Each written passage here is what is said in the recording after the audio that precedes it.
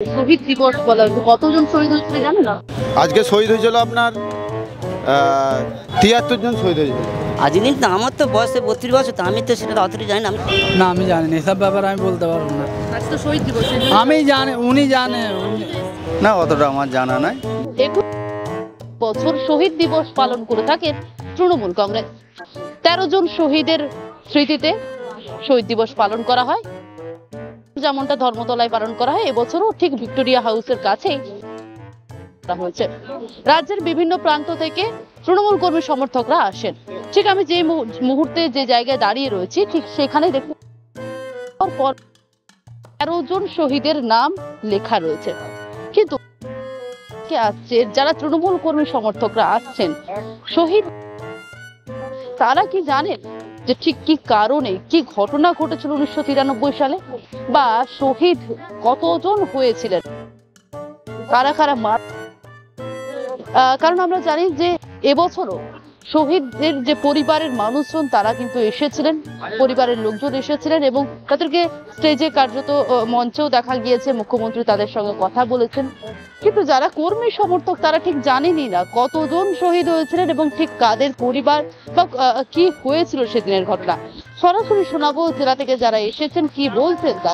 আজকে তো শহীদ স্মরণে আপনারা এসেছেন 21শে জুলাই, কতজন শহীদ হয়েছিলেন?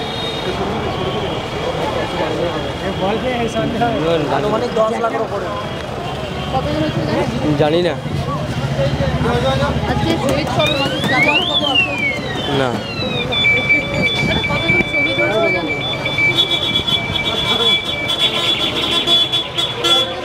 জানেন? আজ তো শহীদ স্মরণে এসেছেন, কতজন শহীদ হয়েছিল জানেন? জানি না। আজকে শহীদ হয়েছিল আপনার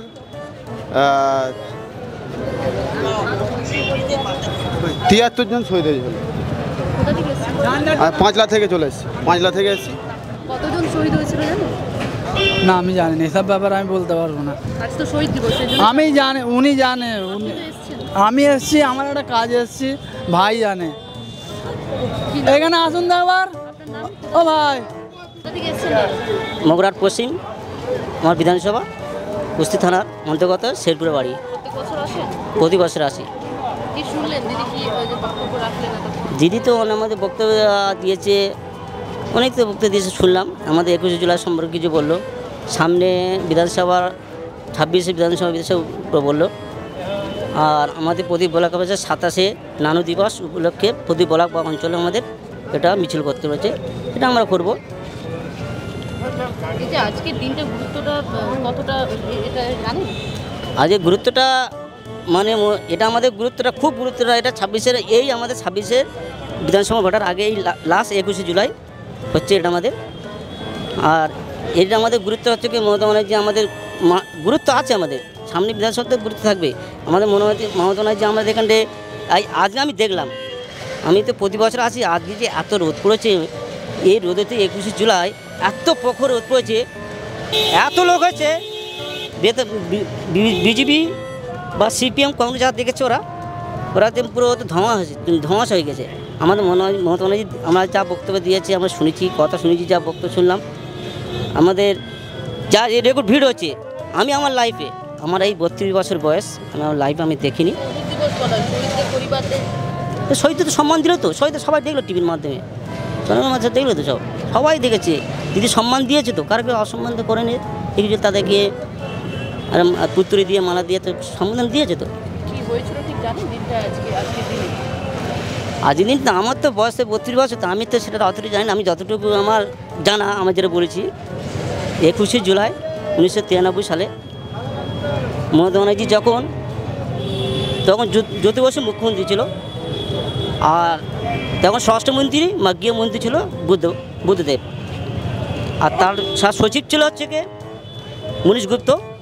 তখন মমতা ব্যানার্জি 8টা দাবি আমার নিয়ে রাইটার্স বিল্ডিংয়ে যাচ্ছিল, বা নো আইডি নো ভোটার, এটা সিপিএমরা যাতে না ভোটার কার্ড না হয়, ভোট না হয়, দিদি সেটা নিয়ে আন্দোলন করতে যাচ্ছিলো রাইটার্স বিল্ডিং বা মহাকরণে। সিপিএমরা তখনই বুদ্ধদেব ভট্টাচার্য, তখন ওর মহাসচিব বিরোধিতা করছে শুভেন্দু অধিকারী।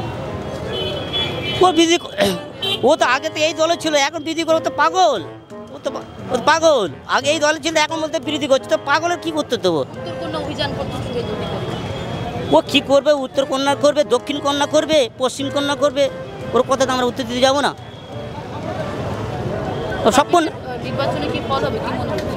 26-এ আমরা 2021 সালে পেয়েছিলাম 213টা। এটা আমি এই ধর্মতলায় বলে আছি 2025 সাল 21শে জুলাই আমি বলে আছি দিদি 226 থেকে 27টা সিট পাবে, অন রেকর্ড করে নিন, না পরে আমি রাজনীতি ছেড়ে দেবো। শহীদ দিবস বলা হচ্ছে, কতজন শহীদ হয়েছিল জানেন না? না অতটা আমার জানা নাই, যদি আপনি জানেন বলুন। 13 জন শহীদ হয়েছিল, 13 জন। 13 জন শহীদ হয়েছিল, এইটুকুই জানি, বেশি কিছু জানি না। তবে শুভেন্দু অধিকারী হচ্ছে বদ্ধ পাগল, পাগলে কিনা বলে ছাগলে কিনা খায়। সবুজ আবিরের খেলা চলছে, চলবে, ব্যাস খেলা তো চলছে, খেলা তো হবে, ঠিক আছে তো? এটা 26-এ খেলা চলছে, চলবে, চলবে। ব্যাস।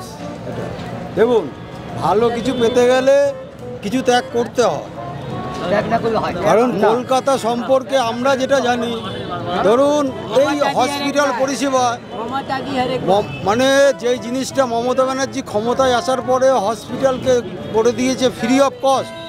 মানুষের শরীরে এখন ম্যাক্সিমাম লোকের শরীরে অসুস্থ, তারা দূর দূরান্ত থেকে হসপিটালে আসে। Report Bangla hunt, Kolkata.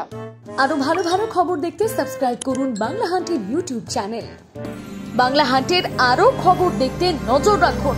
বাংলা খবর মানেই বাংলা হান্ট।